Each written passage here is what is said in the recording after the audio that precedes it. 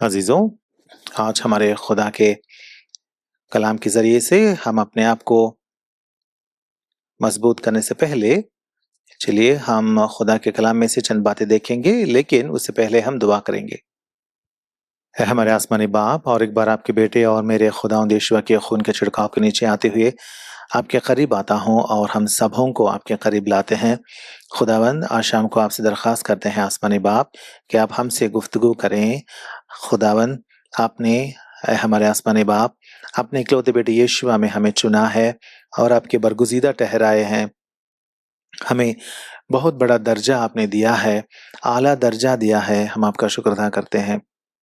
और हमारे आसमानी बाप, जैसे ही हम अब आपकी इस मेज़ में हाथ डालने वाले हैं, आपसे दरख्वास्त करते हैं कि आप आपके कलाम के ज़रिए से हमें तैयार करें, ताकि हम सही ढंग से, सही तरीके से आपके इस मेज़ में हम हाथ डाल पाएँ।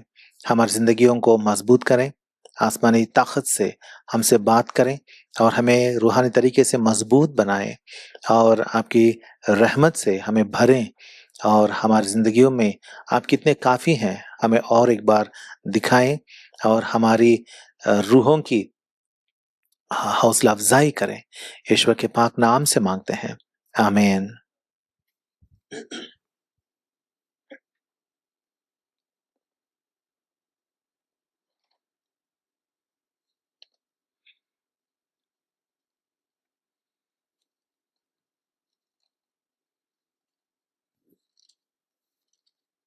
Romans chapter 9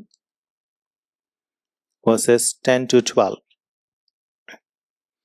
अजीजों, आज शाम के इस मीटिंग में खुदा के कलाम में से हम चंद बातें देखेंगे और उसके लिए हम खोलेंगे रोमियो की किताब बाब नंबर 9 आयतें 10 से लेकर 12 तक।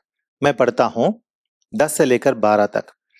और सिर्फ यही नहीं, बल्कि रिबका भी एक शख्स यानी हमारे बाप इसहाक से हामिला थी, और अभी तक ना तो लड़के पैदा हुए थे और ना उन्होंने नेकी या बदी की थी कि उससे कहा गया बड़ा छोटे की खिदमत करेगा, ताकि खुदा का इरादा जो बरगुजीदगी पर मौकूफ है आमाल पर मुबनी ना ठहरे, बल्कि बुलाने वाले पर।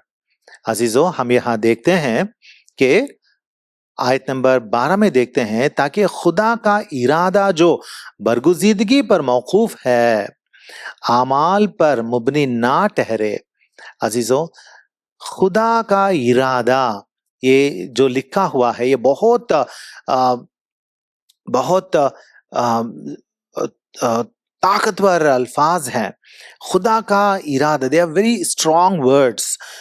बहुत ताकत है इन बातों में।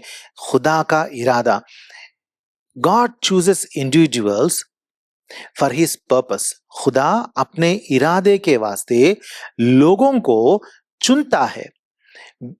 सो we need to understand that God has a purpose in everything for every person. हर एक इंसान की जिंदगी में खुदा खुदा एक इरादा रखता है। हर एक मोमिन की, यीशुई मोमिन की, हर एक बिलीवर, यीशुई क्रिश्चियन बिलीवर की जिंदगी में खुदा का एक इरादा है। हम बाइबल में पढ़ते हैं कि खुदा ने हम सबों को, यीशुई मोमिनों को, जीसस क्राइस्ट में जो विश्वास या ईमान या फेथ रखते हैं, हम सबों को खुदा ने क्या किया? हम सबों को खुदा ने खुदावंद यीशुआ का बदन ठहराया। बहुत सारी बातें हैं, आप जानते हैं, इसीलिए मैं आपको वो पूरे कलाम में से निकाल कर पढ़ने के लिए नहीं कहता हूं, क्योंकि वक्त हमारा थोड़ा ही रहता है। लेकिन खुदा ने हम सबों को क्या किया? हम सबों को यीशुआ में जितने भी ईमान लाए हैं, हम सबों को खुदा ने यीशुआ का बदन ठहराया। और हर एक यीशुई मोमिन खुदावंद यीशुआ के बदन में एक अज़ा है, उज़्व हैं और हिस्सा हैं, मेंबर हैं। इसीलिए हम खुदावंद यीशुआ के बदन में शामिल हैं। अब कलाम में हम क्या पढ़ते हैं? एक बदन में आंख अपने हाथ भाई से नहीं कह सकती कि तू, क्योंकि तू आंख नहीं तो तू बदन का हिस्सा नहीं है, ऐसा मुमकिन नहीं है।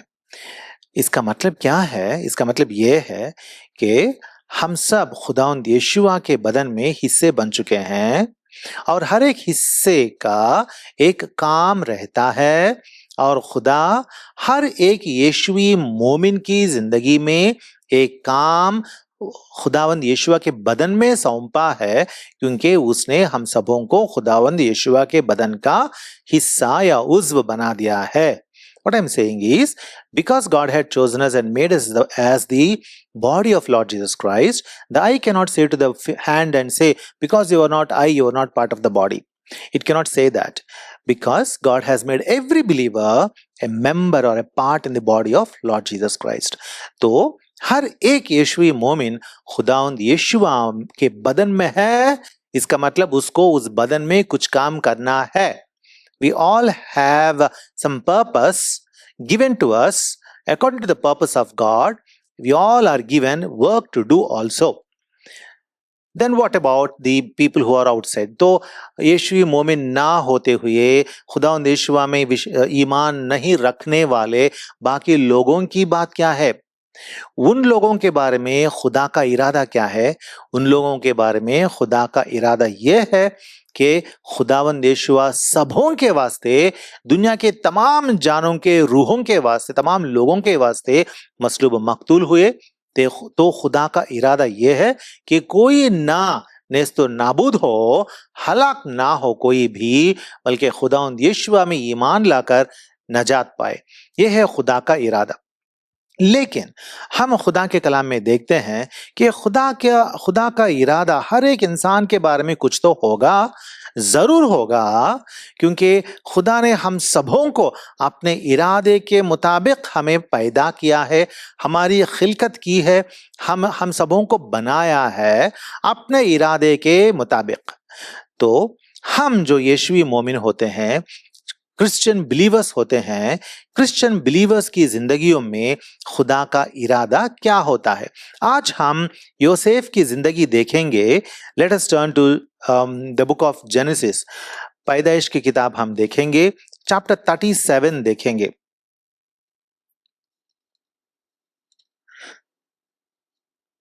चैप्टर 37 देखेंगे, वर्सेस 3-4 देखेंगे। यहाँ पे आज हम याकूब की जिंदगी से 5 बातें देखने वाले हैं। The troubles in Joseph's childhood, योसेफ की जिंदगी की कम सिन उम्र में, बचपन में या लड़कपन में, उसकी जिंदगी में जितनी भी मुसीबतें आई हैं उनको हम देखने वाले हैं।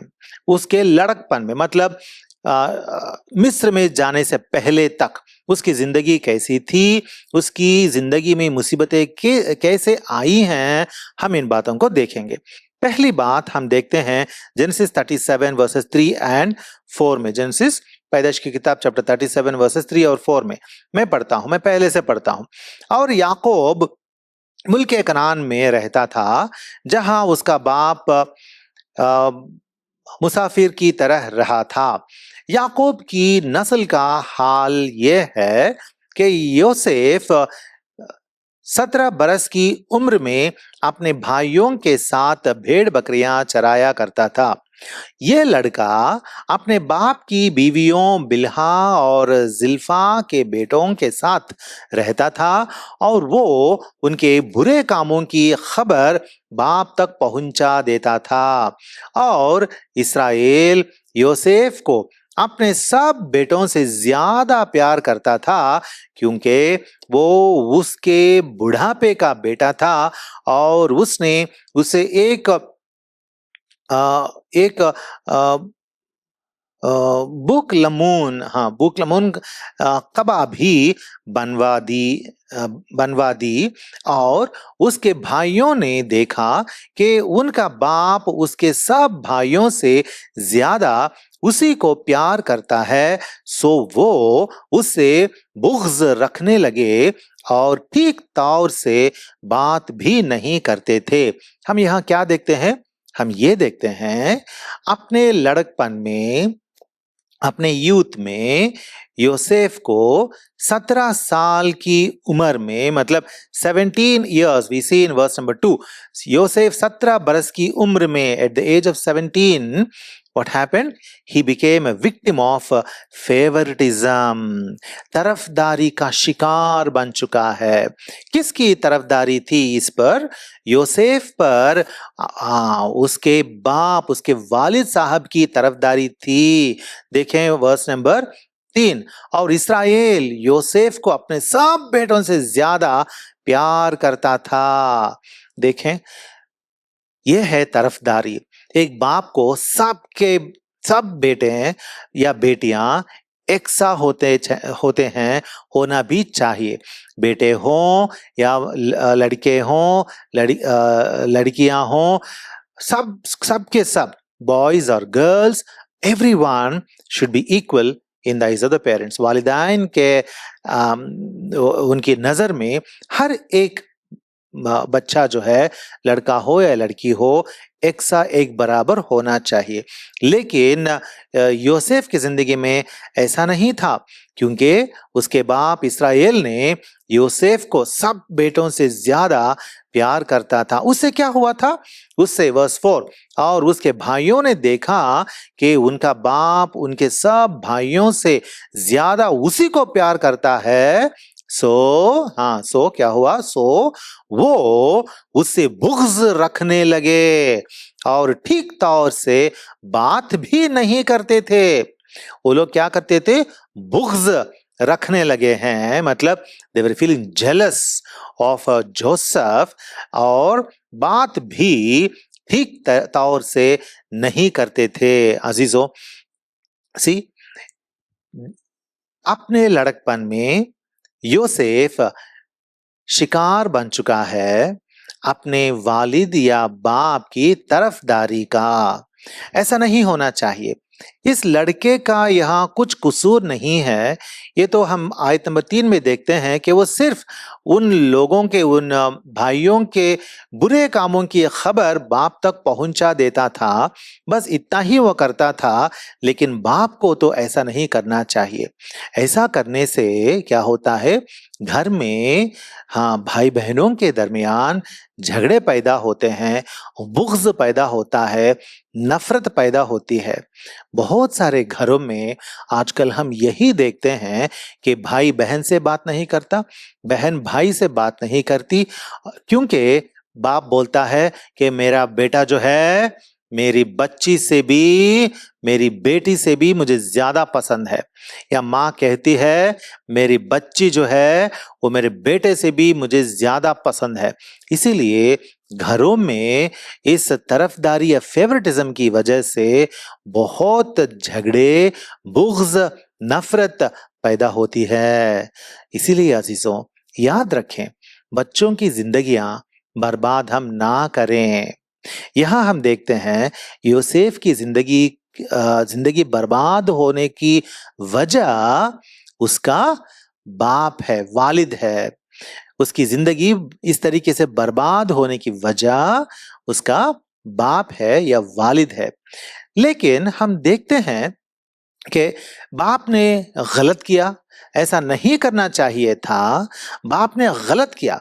लेकिन हमने देखा रोमियो की किताब बाब नंबर 9 और आयत नंबर 12 में हमने देखा कि खुदा का हर एक इंसान की जिंदगी में एक इरादा होता है, और हमारी हालतें कितनी भी बिगड़ी हुई क्यों ना बन जाएं, लेकिन खुदा का इरादा जो हमारी जिंदगी में होती है वो तो हमेशा कायम रहता है।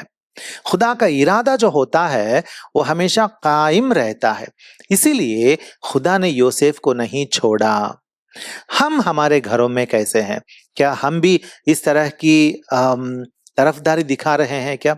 हम कलाम में देखते हैं this favoritism, it has created great division and jealousy among Joseph's brethren. हमें भी यहाँ एक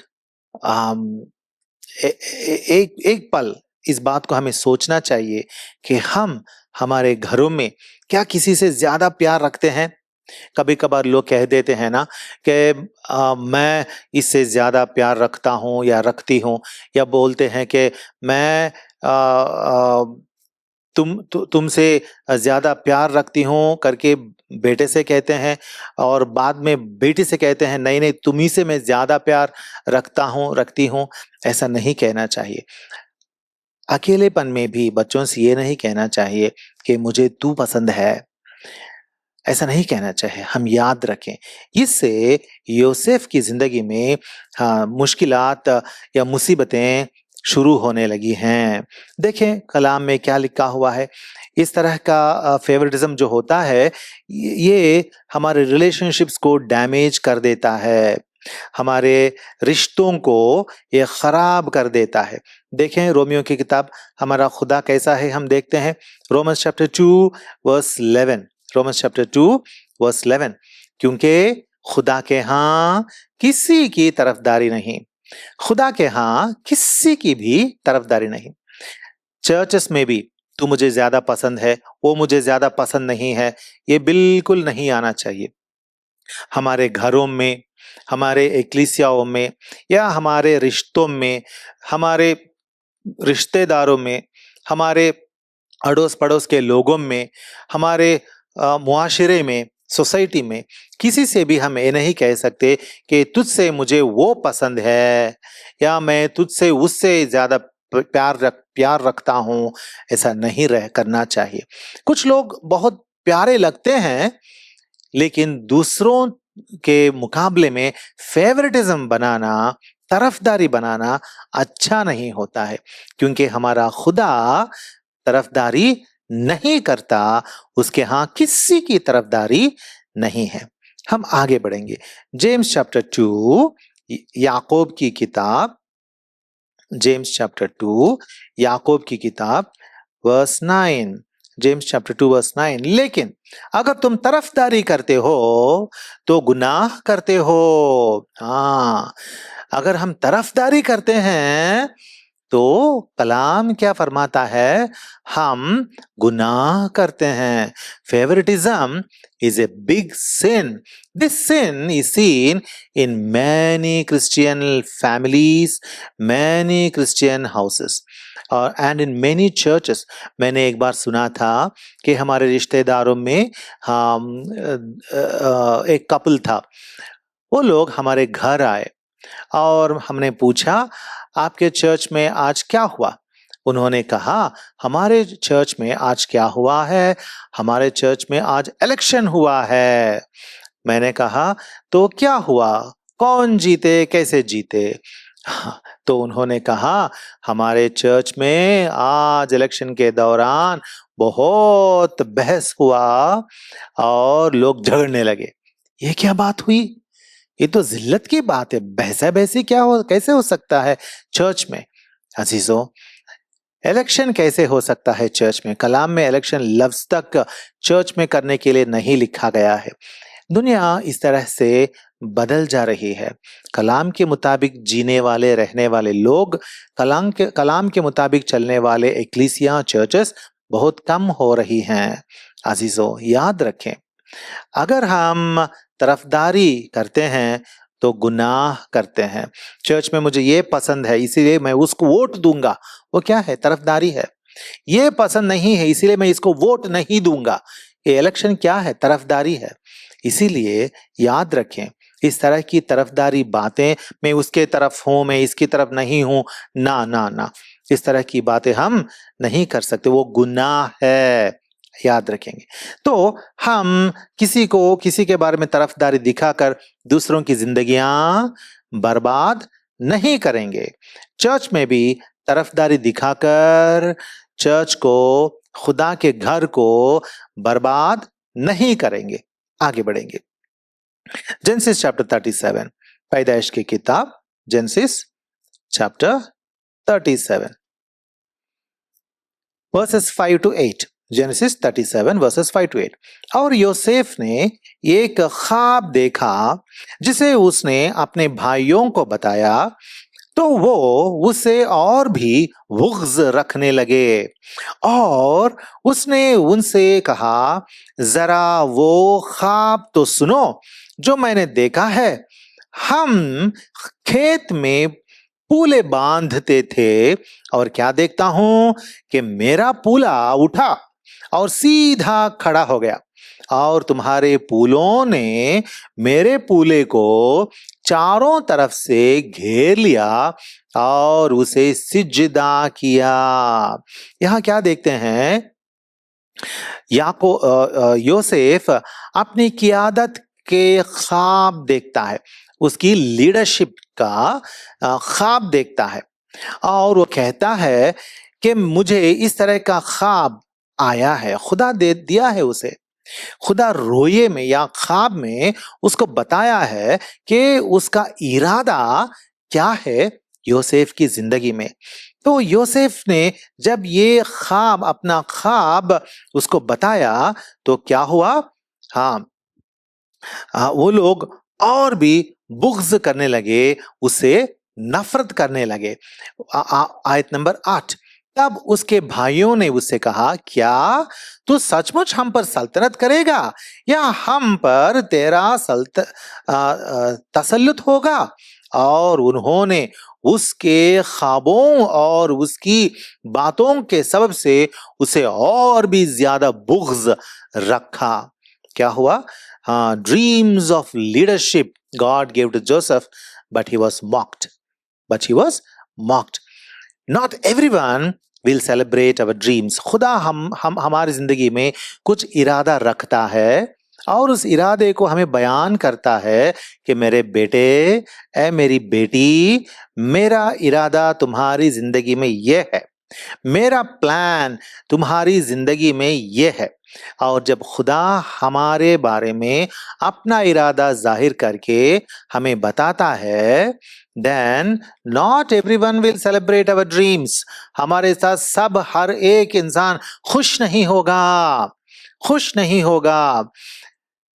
बहुत सारे लोग ऐसे भी होंगे कि जैसे कि योसेफ के भाई लोग उसे नफरत करने लगे, बुग़्ज़ रखने लगे, हमसे भी नफरत रखने वाले होंगे।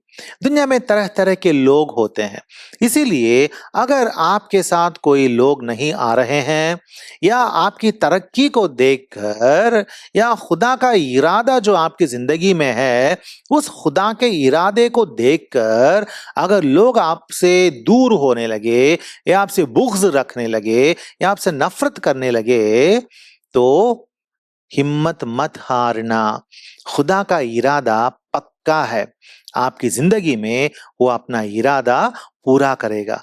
लोग आपके साथ रहे या ना रहे, आप अकेले ही आगे शायद आपको बढ़ना पड़ेगा, लेकिन खुदा आपके साथ ही रहेगा। देखें रोमन्स चैप्टर 2, रोमियों की किताब बाब नंबर 2 एंड वर्स 11। रोमियों की किताब बाब नंबर 2 और आयत नंबर 11। क्योंकि खुदा के हाँ किसी की तरफदारी नहीं, और माफ कीजिए, मत्ती की खुशखबरी चैप्टर 7, मत्ती की खुशखबरी chapter 7 verse 6, Matthew's gospel chapter 7 and verse 6। हाँ, पाक चीज कुत्तों को ना दो और अपने मोती सुअरों के आगे ना डालो, ऐसा ना हो कि वो उनको पांवों तले रौंद दें और पलटकर तुमको फाड़ें। अजीजों, खुदावंद यीशुआ यहाँ कुछ लोगों को कुत्ते कह रहे हैं, कुछ लोगों को सुअर कह रहे हैं। ये तो बहुत स्ट्रॉन्ग वर्ड्स हैं, है ना, बहुत स्ट्रॉन्ग वर्ड्स हैं। लेकिन खुदावंद यीशुआ कह रहे हैं हमसे कि दुनिया में ऐसे भी लोग हैं जो कुत्ते जैसे काटते हैं और सूअर जैसे रौंदते हैं और उनके आगे तुम अपनी मोती ना डालो। अजीजों, दुनिया में ऐसे लोग हैं, आपकी लीडरशिप को देखकर हसद में, बुग़्ज़ में, जलसी में आने वाले लोग होते हैं। वो लोग कुत्ते जैसे आपको काटने के लिए आगे आते हैं, सूअर जैसे आपको रौंदने के लिए आगे आते हैं, लेकिन खुदा आपके साथ रहेगा, आपको हिम्मत हारनी नहीं है। आगे बढ़ेंगे, Psalms chapter 37. Psalms chapter 37. कभी कभार खुदावंद यहोवा जब बोलना पड़ता है तो सीधा बोल देते हैं, और हमें जानना है कि लोग ऐसे हैं लेकिन खुदा हमारे साथ है। मज़ामिर की किताब Psalms chapter 37 and verse 5. अपनी राह यहोवा पर छोड़ दे और उस पर तवक्कुल कर, वही सब कुछ करेगा। खुदा क्या कहता है, कलाम क्या फरमाता है? अपनी राह यहोवा पर छोड़ दे, डरना नहीं, डरना नहीं। जब खुदा आपको क़ियादत के लिए, लीडरशिप के लिए बुलाता है, आपके सामने मुसीबत आएगी, लेकिन अपनी राह जो है वो यहोवा पर छोड़ देना और उस पर भरोसा करना, तवक्कुल करना, वही सब कुछ करेगा। सब कुछ, ये प्रॉमिस है, खुदा का प्रॉमिस है हमारे लिए। खुदा के हाथों में हमारी हालतों को छोड़ देंगे, वो सब कुछ करेगा।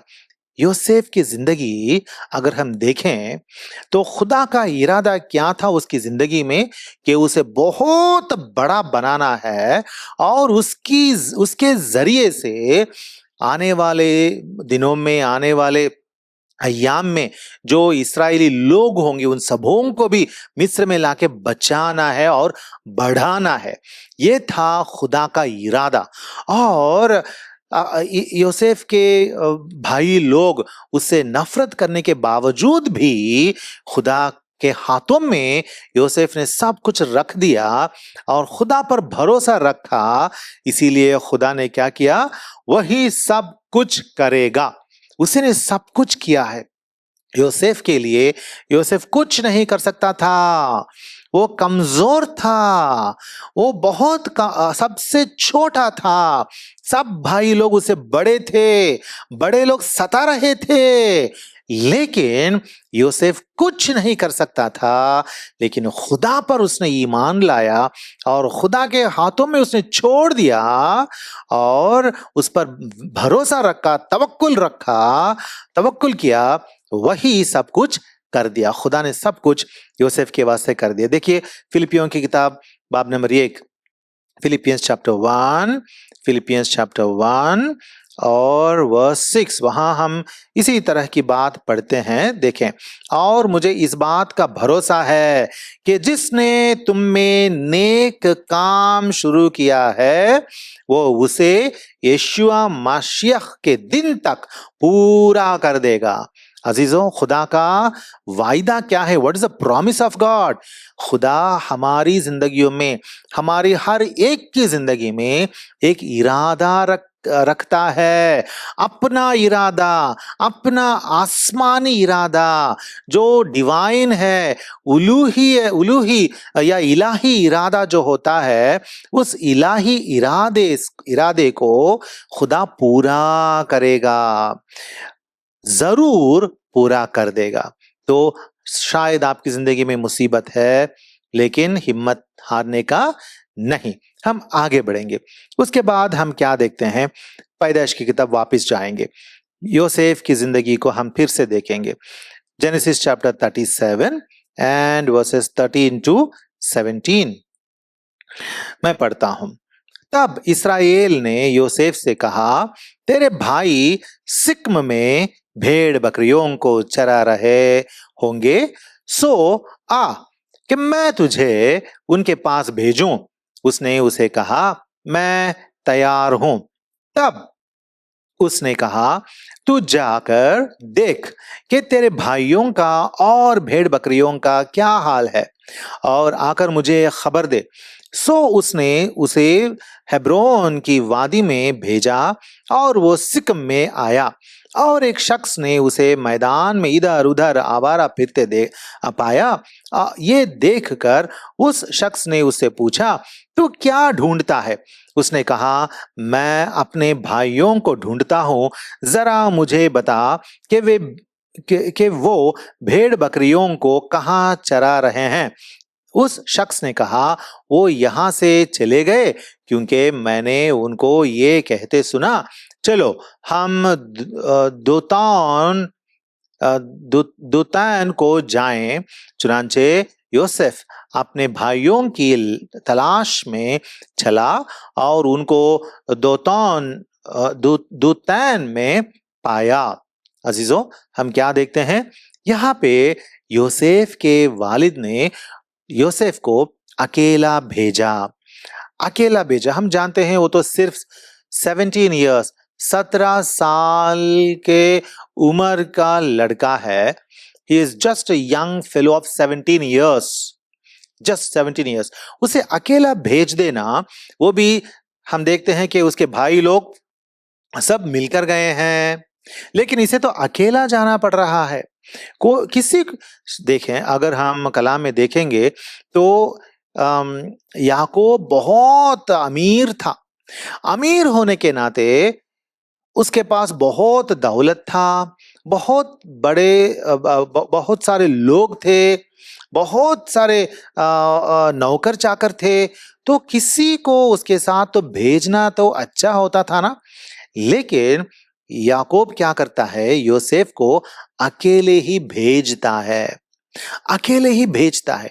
और अकेला जाने के लिए योसेफ डरता नहीं है, वो अकेला जाता है क्योंकि ये उसके वालिद का या उसके बाप का हुक्म है। कभी कभार खुदा हमें अकेला भेजता है, अकेला कर देता है।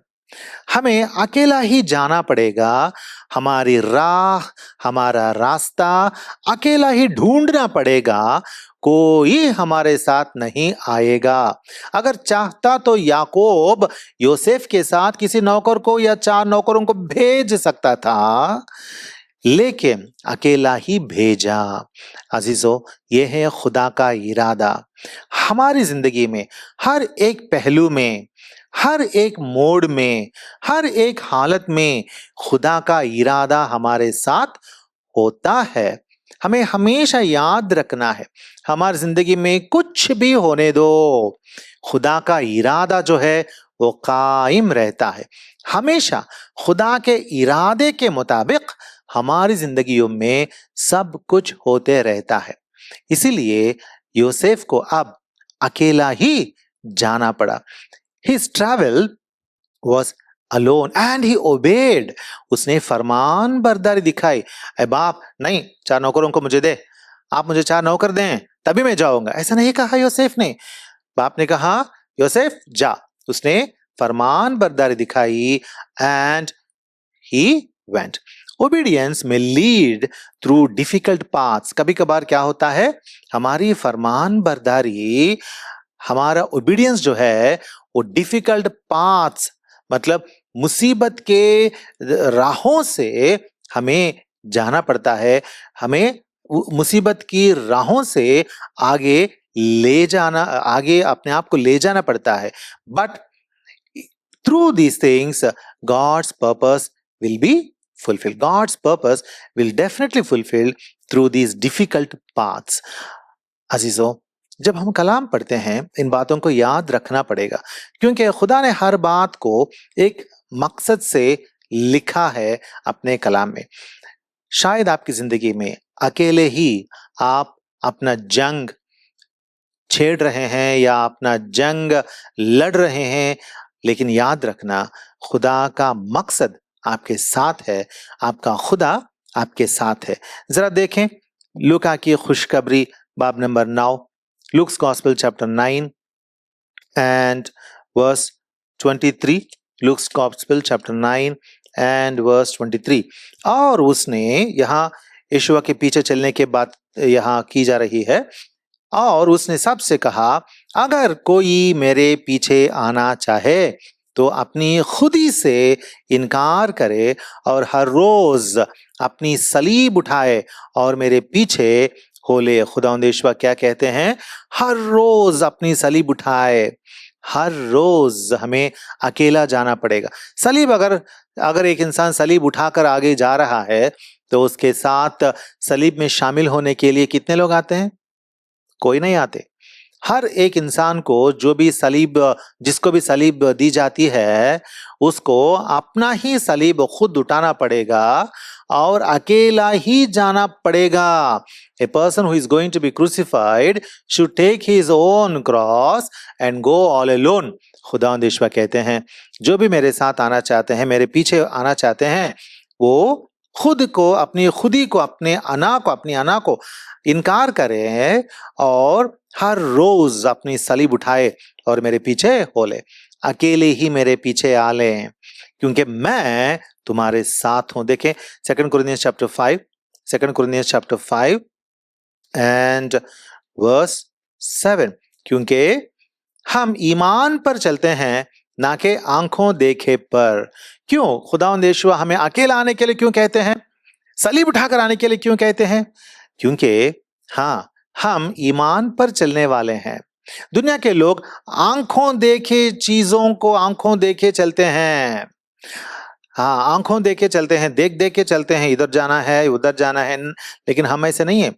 हमें खुदा बताते रहता है, बेटा इधर जा, उधर मोड़, इधर फिर, सीधा जा, इधर इधर जा। खुदा बताते रहता है। दुनिया के लोगों को तो पता नहीं चलता ये इंसान क्या कर रहा है, ये ऐसा क्यों कर रहा है, ऐसा क्यों जा रहा है। दुनिया के लोगों को पता नहीं चलता, क्योंकि उनके अंदर खुदा का रूह नहीं है, खुदा की हिदायत उनको नहीं मिलती।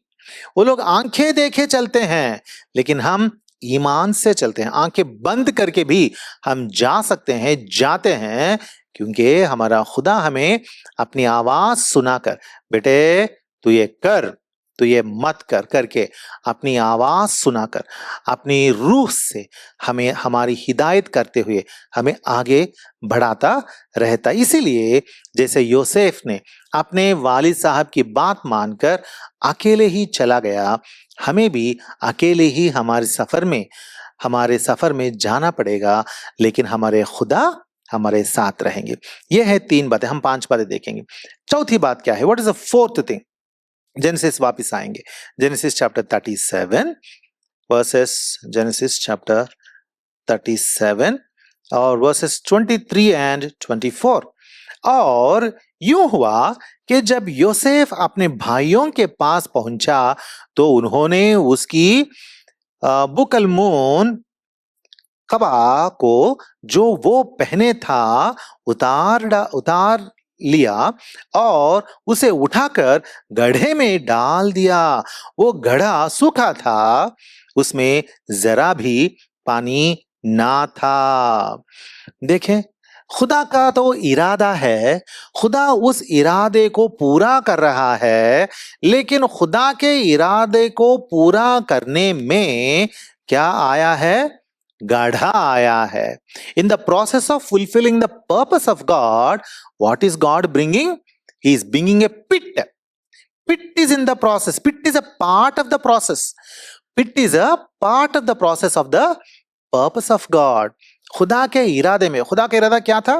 खुदा का इरादा यह था कि योसेफ को मैं प्राइम मिनिस्टर बना दूंगा, सबके सामने लाऊंगा, सबकी जानों को उसके हाथों से मैं बचाऊंगा, सबकी जिंदगियां मैं उसके हाथों से, मैं उसकी उन लोगों की जिंदगियों को मैं बचाऊंगा, खाने के लिए उसके हाथों से उनको खाना मिलेगा। मेरा इरादा है मेरे खादिम पर, योसेफ की जिंदगी में ये मेरा इरादा है करके खुदा ने बहुत बड़ा इरादा रखा। लेकिन उसके लिए उस प्रोसेस में क्या है? पिट है। पिट इज इन द प्रोसेस। बहुत सारी बार क्या होता है ना, जब खुदा के इरादे के मुताबिक जब हम चलते चलते आगे बढ़ते रहते ना, हाँ, एक बार हम गिरते हैं, कुएं में गिरते हैं या गड्ढे में गिरते हैं, गड्ढा आ जाता है और हम गिर पड़ते हैं। हाँ, हो गया। तब शुरू होता है खुदा के ऊपर सवाल करना शुरू कर देते हैं लोग। कहते हैं अगर खुदा मुझसे प्यार करता है तो ऐसा क्यों हुआ? अगर खुदा के इरादे में मैं हूं तो ऐसा क्यों हुआ? मैं गिर गया, मुझे चोट लगी, खून बहा, मैं बहुत दिलसोज हालत से, बहुत गमगीनी हालत से मैं गुजरने लगी हूं, मैं बहुत बड़ी मुसीबत में हूं, ऐसा मुझे ही क्यों हुआ करके लोग खुदा से सवाल करने लगते हैं, लोगों से सवाल करने लगते हैं, अपनी हालातों से सवाल करने लगते हैं। इस तरीके से ईमान में कमजोर पड़ने लगते हैं। अजीजों, याद रखना है, कलाम हम कितने सालों से पढ़ रहे हैं, क्या हमें पता नहीं कि खुदा के मकसद को जब खुदा बरकरार रखकर उसे पूरा करना चाहता है, तो इस प्रोसेस में इस इंतजाम में, इस प्रोसेस में गढ़ा भी, पिट भी हो सकता है. So let us include pits in the process of the purpose of God. When God fulfills his purpose, pit is in the process. Let us remember that. तो खुदा के कलाम में हम इसके बारे में क्या पढ़ते हैं, देखें जेम्स, याकूब की किताब चैप्टर 1, याकूब की किताब chapter 1 versus 2 to 4, versus 2 to 4. ए मेरे भाइयों, जब तुम तरह तरह की आजमाइशों में पड़ो, तो इसको ये जानकर कमाल खुशी की बात समझना कि तुम्हारे ईमान की आजमाइश सब्र पैदा करती है, और सब्र को अपना पूरा काम करने दो, ताकि तुम पूरे और कामिल हो जाओ और तुम में किसी बात की कमी ना रहे. अजीजों, देखें, खुदा हमारी जिंदगियों में जब काम करता है तो आजमाइश में हम पढ़ते हैं. कलाम वही कह रहा ना, God's word is saying the same thing. हम आजमाइश में तो पढ़ते हैं, लेकिन जब आजमाइश में पढ़ते हैं तो हमें कुछ बात जाननी है. क्या जानना है? कुछ जानना है. जानकर क्या करना? कमाल खुशी की बात समझना, कमाल खुशी, कंप्लीट हैप्पीनेस पाना है.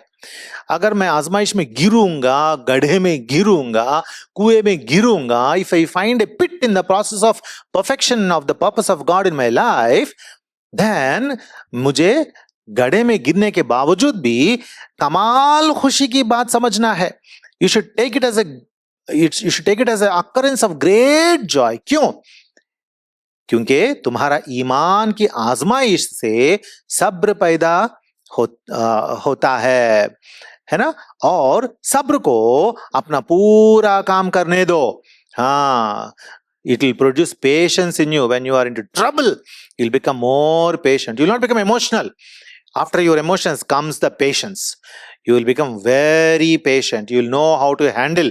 कैसा हैंडल करना है मुसीबत को आपको पता चल जाएगा.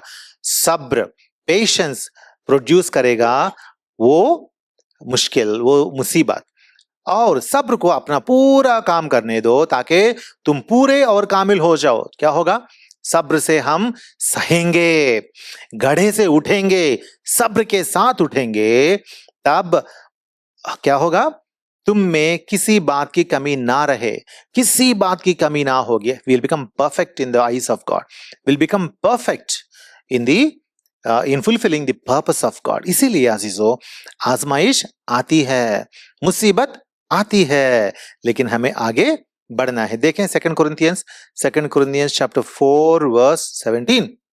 2 Corinthians 4:17. क्योंकि हमारी दम भर की हल्की सी मुसीबत हमारे लिए अजहद भारी और अब्दी जलाल पैदा करती जाती है. हाँ, खुदा के कलाम में क्या पढ़ते हैं? दम भर की हल्की सी मुसीबत. खुदा कहता है, जो मुसीबत मैं तेरी जिंदगी में भेजता हूं वो किस तरह की मुसीबत है? 2 तरह की है. पहली बात दम भर की है. It's just passing trouble, it's just passing tribulation.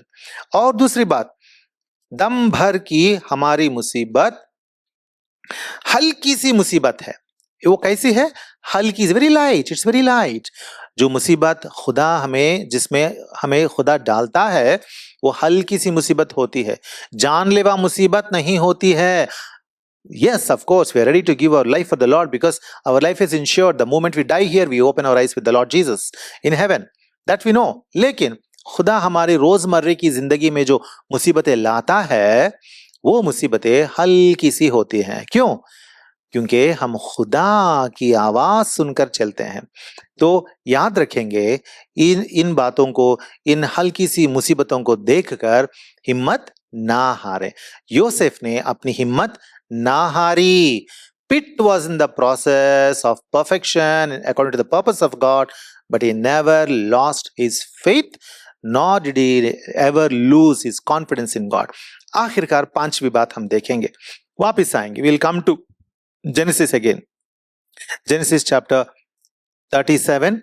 Genesis chapter 37 and verse 28. Genesis chapter 37 and verse 28. मैं पढ़ता हूं. फिर वो मिद्यानी सौदागर उधर से गुजरे, तब उन्होंने योसेफ को खींचकर गड्ढे से बाहर निकाला और उसे इश्माएलियों के हाथ 20 रुपये को बेच डाला और वो योसेफ को मिस्र में ले गए। सी क्या हुआ? हाँ, अपने खुद के भाई लोग ही उसे 20 रुपये लेकर, रुपये मतलब चांद के सिक्के होते हैं, 20 चांद के सिक्के लेकर उसे बेच डाले। लेकिन वो मतलब याद याद करें, जब एक इंसान को बेचा जाता है, अपने खुद के भाई लोग उसे बेच देते हैं, तो उसको उसके अंदर कितना डर पैदा हुआ होगा, कितना खौफ पैदा हुआ होगा। उसके कपड़े उतार देते हैं, उसे बांध देते हैं और अपने घर से, अपनों से, अपने बाप से, अपने सबों से, अपने अपनी शान और शौकत से, वो बहुत अमीर का बेटा है ना, योसेफ कौन है? बहुत बड़े अमीर का बेटा है। उसे अब एक बंदी बनाकर, एक गुलाम बनाकर उसे बेच दिया गया और वो गुलाम बनकर जा रहा है। उसके दिल में कितना वो रोया होगा, वो नीचे गिर कर रोया होगा, अपने भाइयों से गिड़गिड़ा कर मांगा होगा, मुझे ऐसा मत करना, मेरे साथ इतना जुल्म मत करना। कितना गिड़गिड़ाया होगा, कितना रोया होगा। लेकिन उसे उसके भाई लोगों ने बेच दिया। उसकी हालत एक पल में बिल्कुल बदल गई, बिगड़ गई। लेकिन उसके अपनों ने उसे छोड़ दिया, लेकिन खुदा ने योसेफ को नहीं छोड़ा।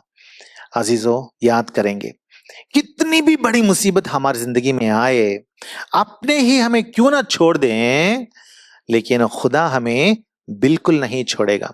इसीलिए हमेशा सच्चे यीशुई ईमानदार, a true Christian, faithful Christian will always be ready even to be betrayed by everyone, because he knows the Lord will be with him even if everyone betrays him. क्योंकि वो जानता है कि अगर दुनिया के सब लोग उसे छोड़ दें, उसे दूर हो जाएं, लेकिन वो अकेला काफी है उसके लिए, क्योंकि उसके साथ कौन है? उसका खुदा है। इसीलिए एक यीशुई मोमिन, हालांकि वो अकेला क्यों ना बन जाए, बहुत मजबूत रहता है, क्योंकि वो आंखें देखे नहीं चलता, ईमान से चलता, और उसका ईमान यह है कि खुदा उसके साथ है। देखें Hebrews chapter 5. This is our fifth thing. The fifth thing is when people betray, God is with us. इब्रानियों की किताब Hebrews chapter 13 and verse 5. वहां हम जानते हैं इस कलाम को खुदावंद यीशुआ कहते हैं, Hebrews chapter 13 verse 5. जर की दोस्ती से खाली रहो और जो तुम्हारे पास है उसी पर कनाअत करो, क्योंकि उसने खुद फरमाया है, मैं तुझसे हरगिज दस्तबरदार ना हूंगा और कभी तुझे ना छोड़ूंगा। अजीजों, देखो, हमारे खुदावंद यीशुआ का ये वायदा है कि मैं तुझे हरगिज ना छोड़ूंगा, तुझसे मैं कभी दस्तबरदार ना हूंगा। मैथ्यू चैप्टर 5, मत्ती की खुशखबरी बाब नंबर 5 और आयते 11-12। जब लोग मेरे सबब से तुमको लान तान करेंगे और सताएंगे और हर तरह की बुरी बातें तुम्हारी निस्बत नाहक कहेंगे, तो तुम मुबारक होगे, खुशी करना और निहायत शादबान होना, क्योंकि आसमान पर तुम्हारा अज्र बड़ा है, इसलिए कि लोगों ने उन नबियों को भी जो तुमसे पहले थे इसी तरह सताया था। लोग क्या करेंगे? हमको नाहक सताएंगे। खुदावंद यीशुआ पर ईमान लाने की वजह से, अपनी जिंदगियां पाक करने की वजह से, यहोवा खुदा पर ईमान लाने की वजह से, यहोवा खुदा के बेटे यीशुआ हमारे नजात दहिंदा पर ईमान लाने की वजह से नाहक आपसे अदावत रखेंगे, लेकिन खुदा आपके साथ रहेगा। ये उसका कौल है, वादा है। चलें देखें रोमन्स चैप्टर 8, रोमियों की किताब बाब नंबर 8 एंड वर्स 31। रोमन्स 8:31। बस हम इन बातों की बाबत क्या कहें? अगर खुदा हमारी तरफ है तो कौन हमारा मुखालिफ है? कलाम क्या कहता है? खुदा हमारी तरफ है। खुदा किसके तरफ है? खुदा हमारी तरफ है अजीजों। क्या दुनिया में कोई कह सकता है क्या कि खुदा हमारी तरफ है? यहोवा खुदा जो सारी कायनात का मालिक है, पैदा करने वाला खालिक है, वो किसके साथ है? किसकी तरफ है? हमारी तरफ है, मेरी तरफ है, आपकी तरफ है। और जब खुदा हमारी तरफ है तो कौन हमारा मुखालिफ है? हमारा क्या कौन बिगाड़ सकता है? कोई कुछ नहीं बिगाड़ सकता। यूसुफ को बांध कर, बंदी बनाकर, गुलाम बनाकर मिस्र लेकर चले गए, लेकिन उसने क्या कहा? उस निहायत हौलनाक हालत में, जान को निचोड़ने वाली उस हालत में भी उसने अपनी नजर खुदा पर, अपनी नजर अपने अपने खुदा यहोवा पर रखा। और वो बाद में जब खुदा उसका सरफराज किया तो वो क्या कहता है? जेनेसिस चैप्टर 50 वर्स 20, पैदाइश की किताब चैप्टर 50 और वर्स 20। तुमने तो अपने भाइयों से, बाद में यूसुफ ये बात कह रहा है, क्या कहता है? तुमने तो मुझसे बदी करने का इरादा किया था, लेकिन खुदा ने उसी से नेकी का कस्द किया ताकि बहुत से लोगों की जान बचाए। चुनांचे आज के दिन ऐसा ही हो रहा है। हाँ, यूसुफ ने अपने भाइयों से क्या कहा?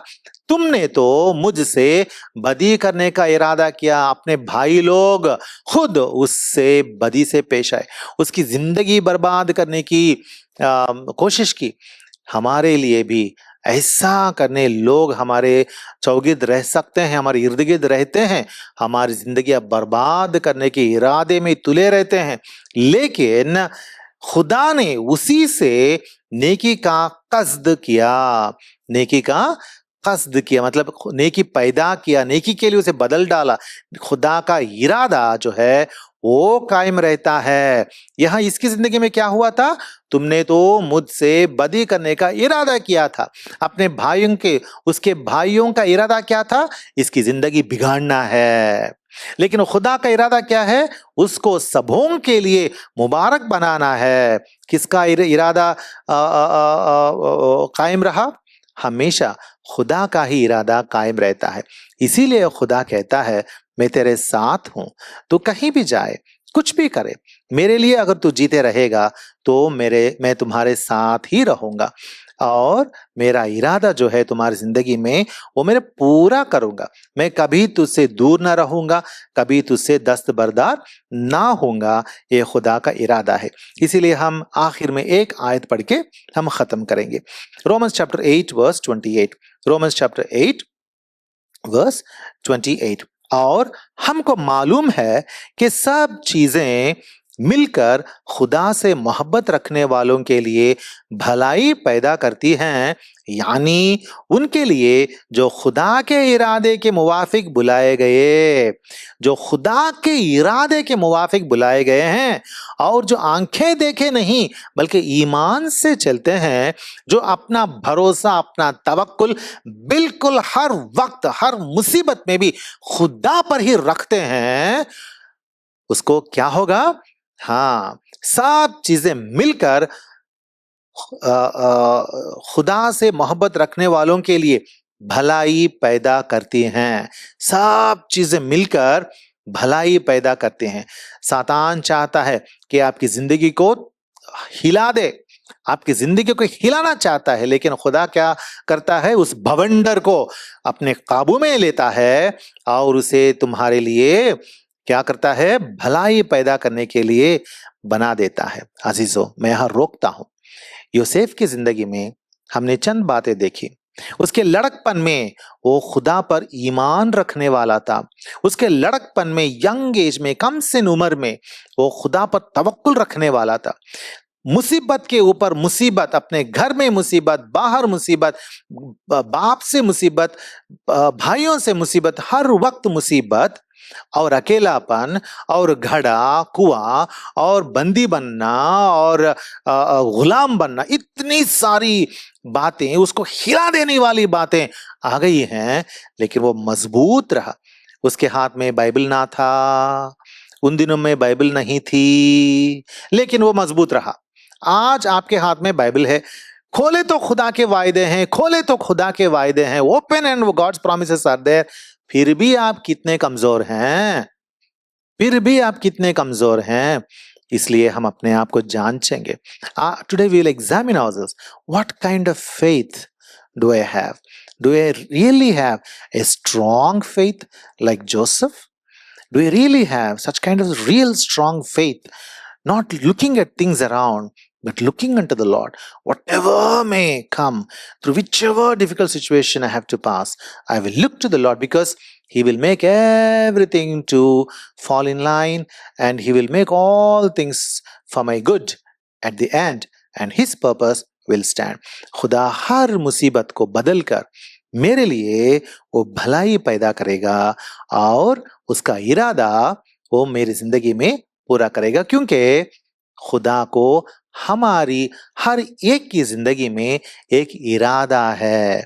इसीलिए खुदा का इरादा जो है उसे पूरा करने के लिए खुदा से हम दुआ करेंगे। Let us pray and say, Lord let your purpose be fulfilled in my life. I don't want to live like anybody else in this world. I want to acknowledge that you have a purpose in my life. खुदा मैं जानता हूँ, मैं जानती हूँ कि मेरी जिंदगी में भी आपका एक इरादा है। इसीलिए मैं आपकी फरमान बरदार रहूंगी, मैं आपका फरमान बरदार रहूंगा, और आपके नाम का जलाल मैं जाहिर करूंगा। I will declare the glory of my lord even through my life in the world करके खुदा के हाथों में हमारी जिंदगियां हम उनके सुपुर्द कर देंगे। May God bless this word for every one of us.